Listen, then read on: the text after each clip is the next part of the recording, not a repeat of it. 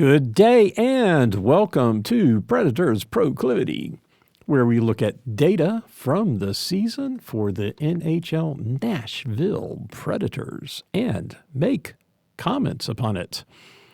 I'm your host, Preston Proctor. Okay, let me get this out of the way first. I had a brain problem yesterday when I said that the Predators played Calgary in the playoffs last year. They played the Canucks. The Canucks, not Calgary. It kind of, I think I got a little messed up because I had just seen the score with the Kings and Calgary from the previous night. But yes, they played the Vancouver Canucks in the playoffs last year, which ended their season, unfortunately, a little earlier. So, okay, apologize for that. I was listening to the podcast later going, oh boy, but that's how it went down. That's what you got to hear. You could all roll your eyes and go, there he goes again. And yep, there it was. So anyway, okay, so that's the first thing. The second thing is, I don't know why I decided to make predictions about last night's game. I did get one thing right. There was scoring in the first period. So of all the predictions I made, that one came true. I was very excited about the opportunity for the Predators to pick up a win and really thought that the game would work out in the Predators' favor. Too much of a fan and too little thought on data, but how can you tell? Nothing necessarily said that that particular circumstance was going to happen last night. It was kind of good, kind of bad. We were there and pulling for the Preds, cheering for the Preds, wearing our Kraken gear, which confused people around us. Confused a lot of people around us. But, the gear is just it's such a good logo, nice colors. You got to love it. You may not like the team. You may not like losing to them. I'm sure you don't like losing to them. But so we had it. We wore it. And there you go. It was less confusing than the last time we did that. So I guess going in knowing we were going to pull for the Predators, and my heart was right there, and I was really great looking for a good team, good game. And it was a very exciting game, but not really the. Anyway, It was made things a little bit easier for us. I hate to be too personal on this podcast because you don't tune in to find out about my life. However, my wife has left technology to become a high school teacher, and she needs to get to school before 7 a.m. So we had originally thought that we would leave the game early so that she could get home and get to sleep and be ready for her students today. Conveniently, they scored the 6th goal and we decided to go. It's like, okay, well, let's just call it a night. And we left with everybody else.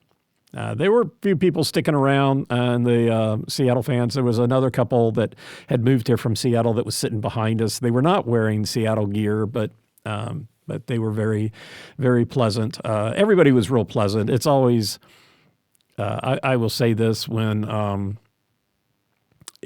do I wear? I wear my Pred stuff, but when the Kings come and the Kraken come, we are wearing our Kings and Kraken stuff.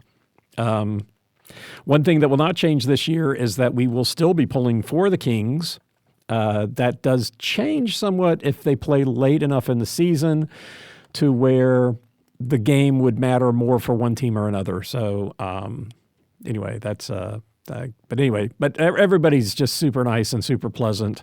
You don't have to worry about coming to Nashville and getting beaten up for wearing the opponent stuff, which has, if I remember right, Kings people have gotten beaten up in Boston and other venues. So other venues aren't quite as accommodating and nice and pleasant, but Nashville is a very pleasant hockey town. They love their hockey and they respect people.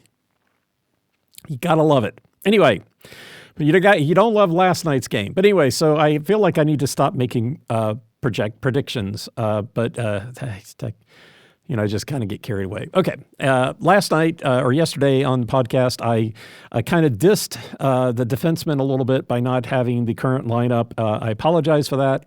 I tried to go to ESPN real quick and see the lineup, and they list so many players that are not in the 20-man roster that I didn't want to just start reading stuff off.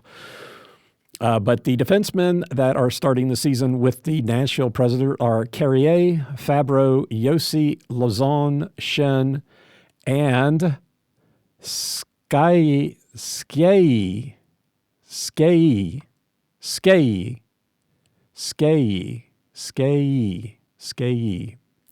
Brady Skye. Hey, that actually kind of rolls off the tongue pretty well. Skye. Totally botched that yesterday. And in case you're wondering, like I was, he's actually from the U.S. Gosh, he played at like North Dakota. Where did he play? Shoot, I'm sorry.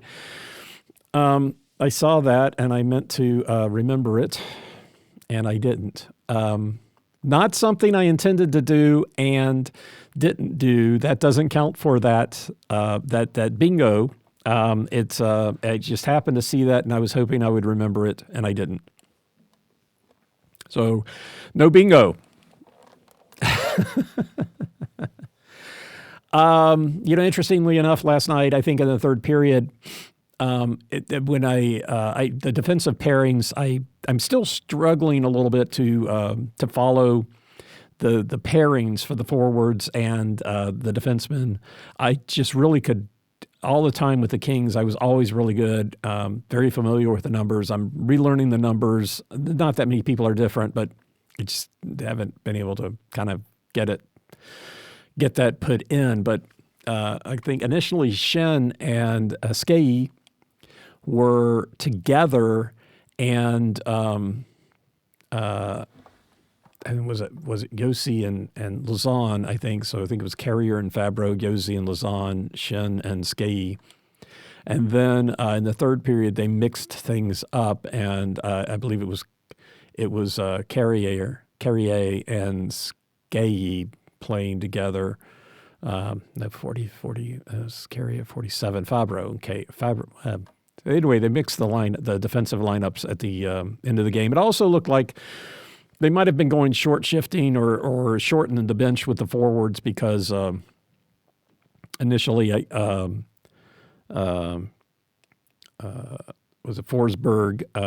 I don't remember who Forsberg was playing with, but Marchessault was on the same line with Stamos, and then later Stamos was playing with Forsberg. So I think they tried mixing things up. Of course, you have to at some point. You've got to shorten your bench, and you've got to get your major players out there. But anyhow, those are the 6 defensemen to start the season. Skye. All right, and then the goalies, Saros and Wedgwood. Saros. It was funny. We were driving in listening to Preds Talk or whatever the pregame is called. And they were talking about the performance of the goaltenders in the previous games and how against Dallas, Wedgwood, there was only one goal Wedgwood would want back, is what the announcer said. And I looked at my wife and said, I think he'd probably want all of them back. But okay. And then talked about how good he played. And I'm like, well, you lost. He gave up 4 goals. Maybe he did play well. And then they talked about how well Saros played in the 3-0 game against Detroit. He only gave up 2 goals. But, yeah, I mean, I get a little bit of that.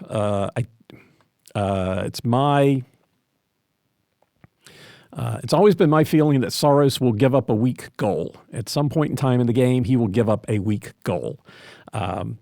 More so earlier in the season, although we did see a lot of that at the end of last season. And last night, I don't think Saros was on his goal. His on a game is all. He gave up. He gave up goals that he normally would stop. And so I don't know if he's still injured. I don't know what's going on there. But wow. Anyhow, so that's the 2 goaltenders we've got this season is Saros and Wedgwood. I've already talked a lot about last night's game, but I guess I'm going to talk about it more later. But before we get to that, let's talk about tomorrow night's matchup. Tomorrow night's game summary starts with tomorrow night's opponent. Tomorrow night, the Predators are home to take on the Edmonton Oilers. Edmonton made it to the Stanley Cup Finals, lost in 7, thank goodness, to the Florida Panthers. Edmonton has started off the season poorly. Which if you're a Nashville fan, you can understand how it goes. I get to this a little bit longer, but that last season was just about the same for them. Edmonton started. They get to this. I'll do it in the order I've got it written down. But anyway, Edmonton is 1-3-0. 1-3-0. They've got 1 win in 4 games. They are 8th in the Pacific Division with 2 points. They are tied with Anaheim, San Jose, and Vancouver. But they have the most losses, played the more games. So they're in last. They started the season with 4 at home. Kind of nice, 4 at home. And so this is the first road game. In those 4 games at home, they lost to Winnipeg 6-0 Wednesday. They played back-to-back over the weekend, losing to Chicago 5-2 and Calgary 4-1. Last night they got their first win by beating Philadelphia 4-3 in overtime. Goalie Skinner started 3 of the games and got the win last night. Picard played Saturday when they had their back-to-back. He played Saturday against Chicago, and, of course, they lost that game. In the off-season, they made a number of changes. Their current lineup has 5 new people in it, which was more. It looked like they had a lot more changes, but looked like a couple of their players were just not in the lineup for whatever reason. But there were 5 new people in their lineup. Their new forwards are Victor Arvidsson. Yeah, I think we know him. Yes. He was previously with Nashville and then with Los Angeles. And he was signed as a free agent by Edmonton.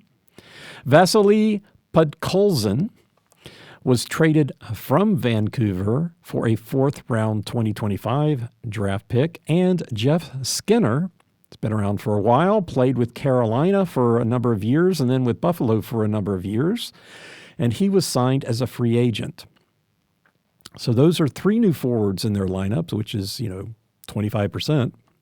Arvidsson, Podkolzin, and Skinner. They have 2 new defensemen, which is a third.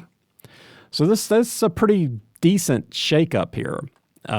They got Ty Emberson, traded from San Jose for Cody Ceci and a 3rd-round 2025 draft pick.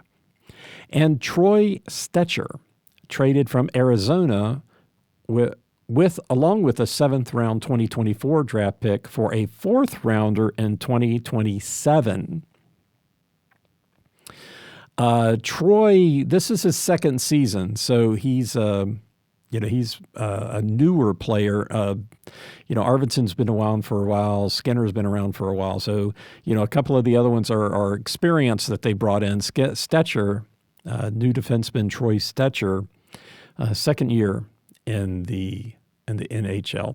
I guess I should have looked this up. I did not plan to look this up, but I did notice it's kind of interesting.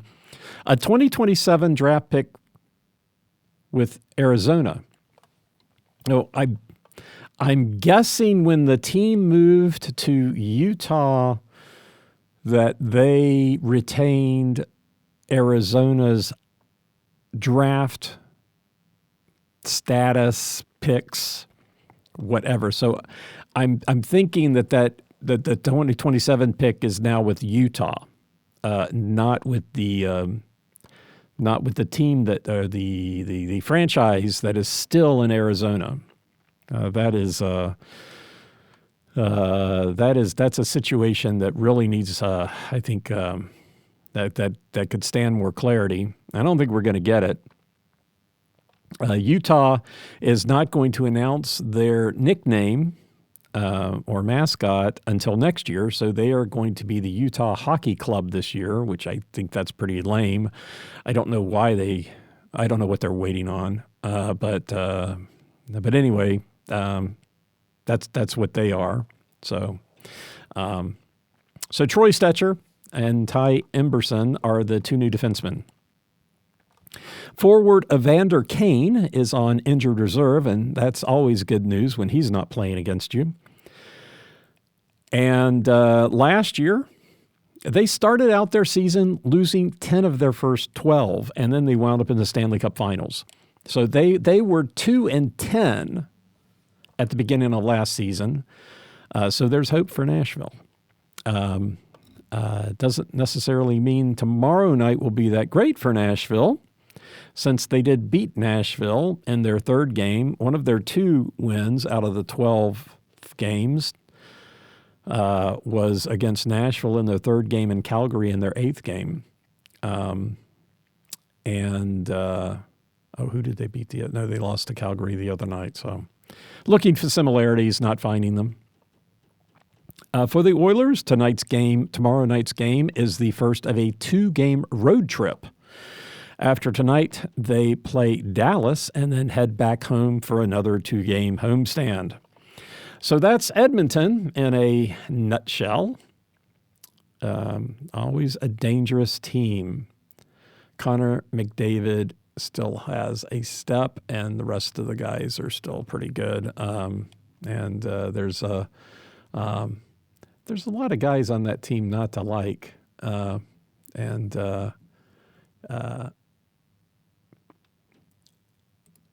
And we don't like them. Trying to find a way to say that. Connor McDavid, good player. Corey Perry, been with Edmonton for a couple of years, mostly known for being at Anaheim.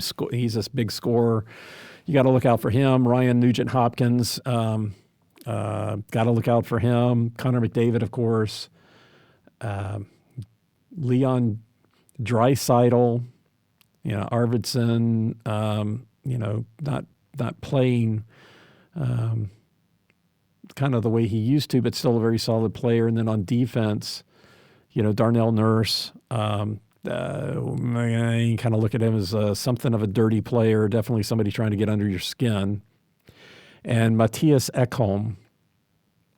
So, definitely some tough players on that team. It's going to be a hard matchup for the Preds. That's there's no doubt about that. Okay, so that's Edmonton for you. The Preds now, after the loss last night, are 0-3, 0-2 at home. Tomorrow night's game is the second of a 4-game homestand. Seattle was last night, the first game. They play Detroit on Saturday and Boston next Tuesday. The Preds are still 7th in the Central Division with 0 points. Colorado also has 0 points. They did not play last night. They have a higher goal differential, -10 to the Preds -8. So that puts the Preds above them. It's still early in the season, but it's a stat. There you go. Last season, in the first 4 games, the Preds were 1-3. So they could be 1-3 again this season with a win tomorrow night. Last year, they won 1 at home and lost 1 at home and lost 2 away. So if they were to win tomorrow night, that would be very similar to last year. But, there were a lot of similarities going into last night's game. Last night's game kind of ruined some of the similarities, some of the blatant similarities, I guess. But there you go. Their first 2 home games, they were 1-1, beating Seattle and losing to Edmonton. So if they win tomorrow night, they will reverse that. They will be 1-1 in their first 2 home games, beating Edmonton and losing to Seattle. That would be, I sure hope they do, but boy, the schedule things are so similar. It's eerie, I tell you. To me, I would prefer it to be completely different and have the Preds being 3-0, but hey. Tonight's matchup is also the first game with Edmonton. We'll play 2 in Nashville, or they will. I don't play. I didn't want to act like I gave something away that I was actually a player. Yeah. Anyway, that being the Predators and the Oilers, will play 2 in Nashville and 1 in Edmonton this year. Last year, it was the other way around. Last year, the Preds lost the 1 home game, 1-6, and then won the first game in Edmonton last year in November, 5-2, and then lost to them in January, 1-4. Currently, the Preds are on a 3-game losing streak. Edmonton won their last game. I first wrote that down as a 1-game winning streak, but I don't know that that's actually a thing. I don't know that it's not, but I don't know that it's really a thing. Anyhow, the Preds stats at home. All right. So the Preds are 0-2-0 at home. They lost their last game at home last night against Seattle. In that game, they gave up 3 goals in the first. They gave up 2 goals early and then a late goal after the Preds had scored 2 to tie the game. The second period had 1 goal. The first as a Predator by defenseman Brady Skjei.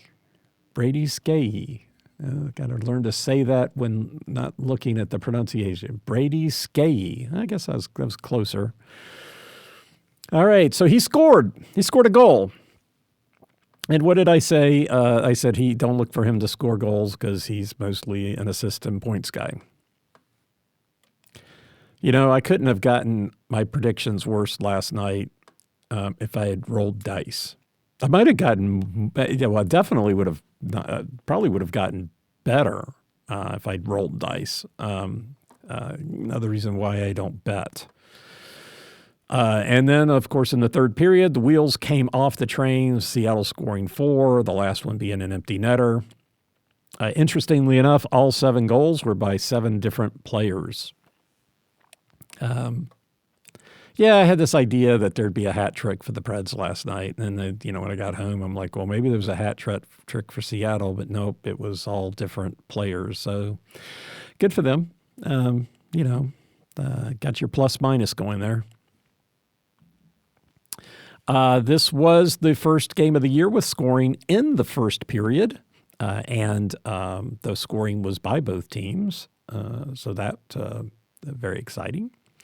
The first game, the Preds won the second period, having lost the second period against Dallas and Detroit. And the first time that they lost the third period. So those were newbies from last night. Again, statistically interesting, not really. We played 3 games.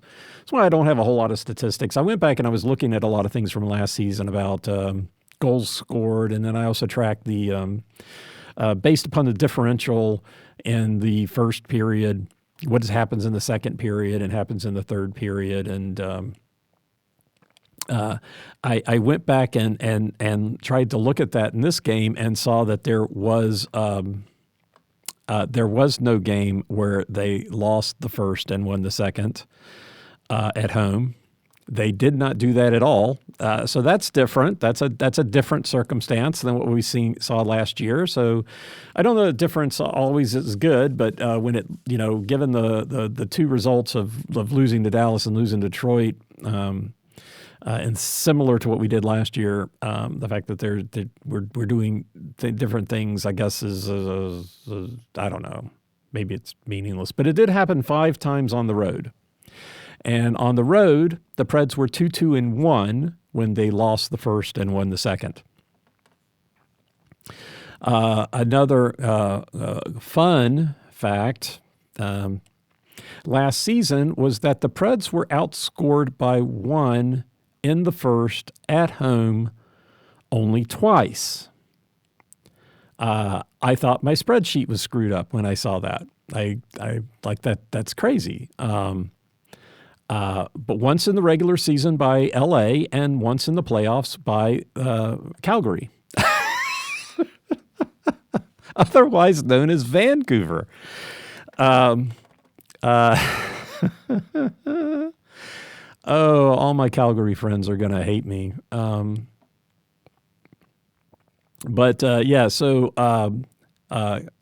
Very strange. I don't know if it's strange or not, but it seems weird that as low scoring of a game as hockey can be, to be outscored by 1 at home in the first period only once in the regular season. I just thought that was so bizarre.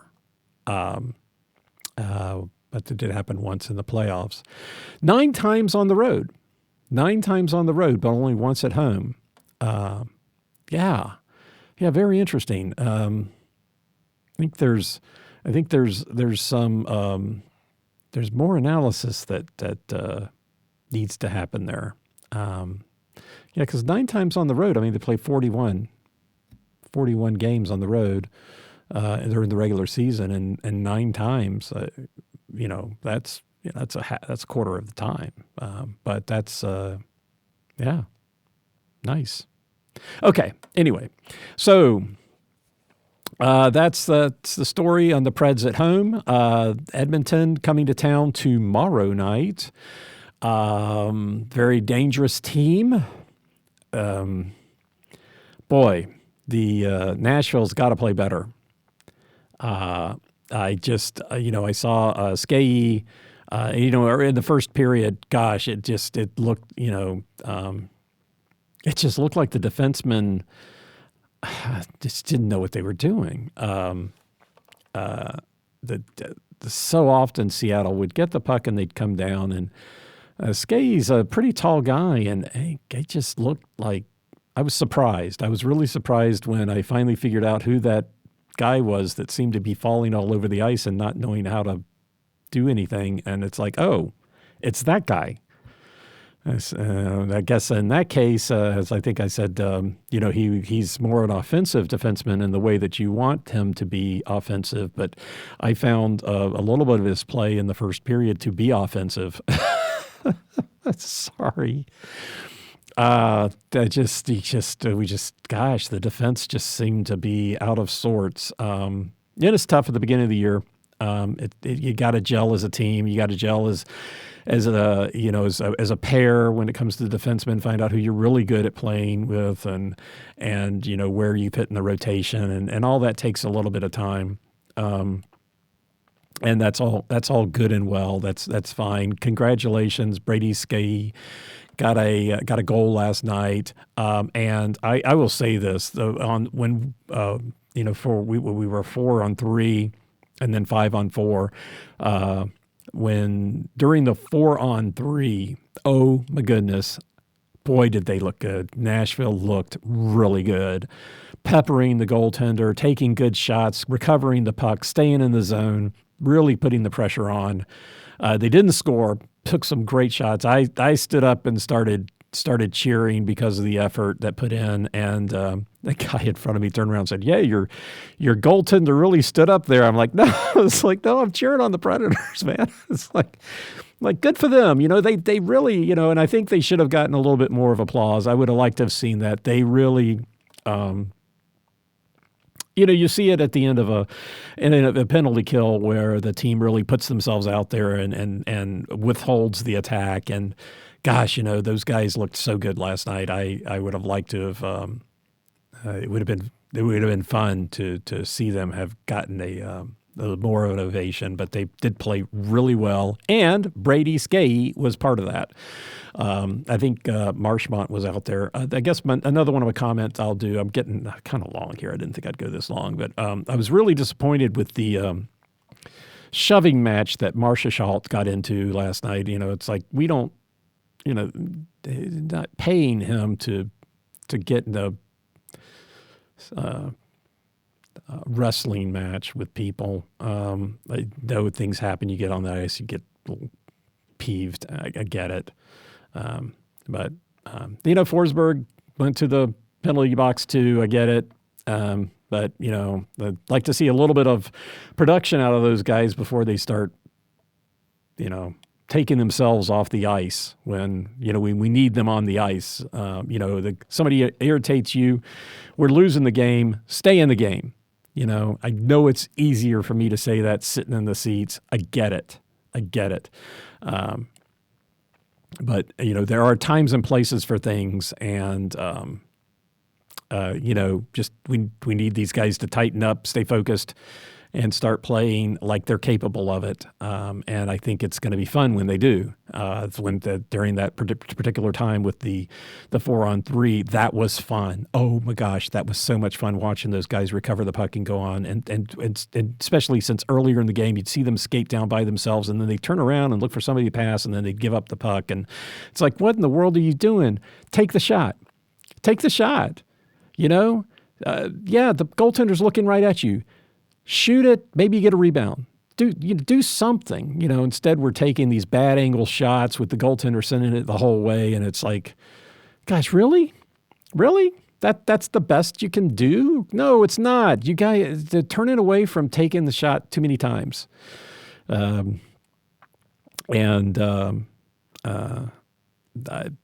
just they're going to have to pick it up. They can't play like they played last night again. They can't play. I don't think there's anybody in the league that can play like that and win. And it's like they don't know that. I think they all know that. Anyway, I think they'll, it's going to be a long season. It's always a long season. It's 82 games. 82 games. We've just played 3. We're going to have some good hockey here in Nashville. We're going to have some fun games to watch, and we're going to get a lot of wins. And I'm convinced of that. You will see it too. So, again, Edmonton Oilers in Nashville to play the Predators tomorrow night, Thursday the 17th. I'm Preston Proctor, and you've been listening to Predators Proclivity.